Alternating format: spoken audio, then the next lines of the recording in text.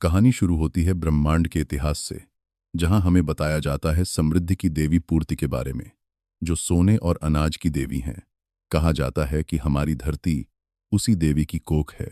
पूर्ति देवी ने करोड़ों देवी देवताओं को जन्म दिया था, लेकिन उन्हें सबसे ज्यादा प्यार था अपनी पहली संतान हस्तर से। लेकिन हस्तर बहुत लालची था। उसने देवी का सारा सोना हड़प लिया। जब वह अनाज की तरफ बढ़ा तो बाकी देवताओं ने उस पर हमला कर दिया।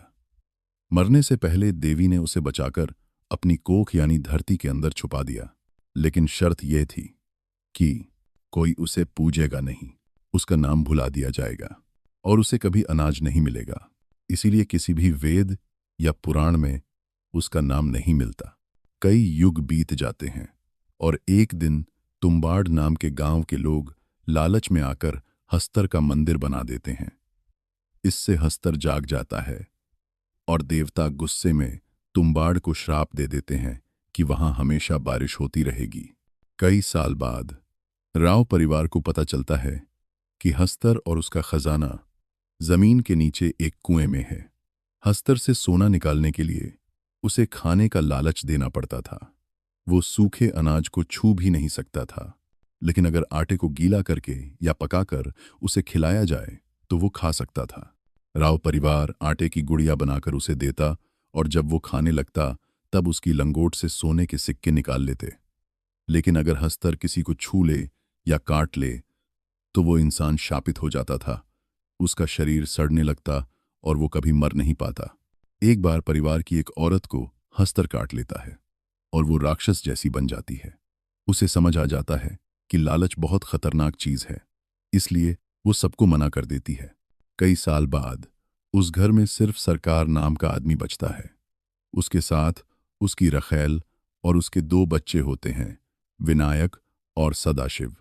1918 में सरकार मर जाता है और कुछ समय बाद सदाशिव भी मर जाता है। मां विनायक को लेकर पुणे चली जाती है। 15 साल बाद मां भी मर जाती है और विनायक वापस तुम्बाड़ आता है। वहां उसे दादी मिलती है, जो अब पेड़ जैसी बन चुकी होती है।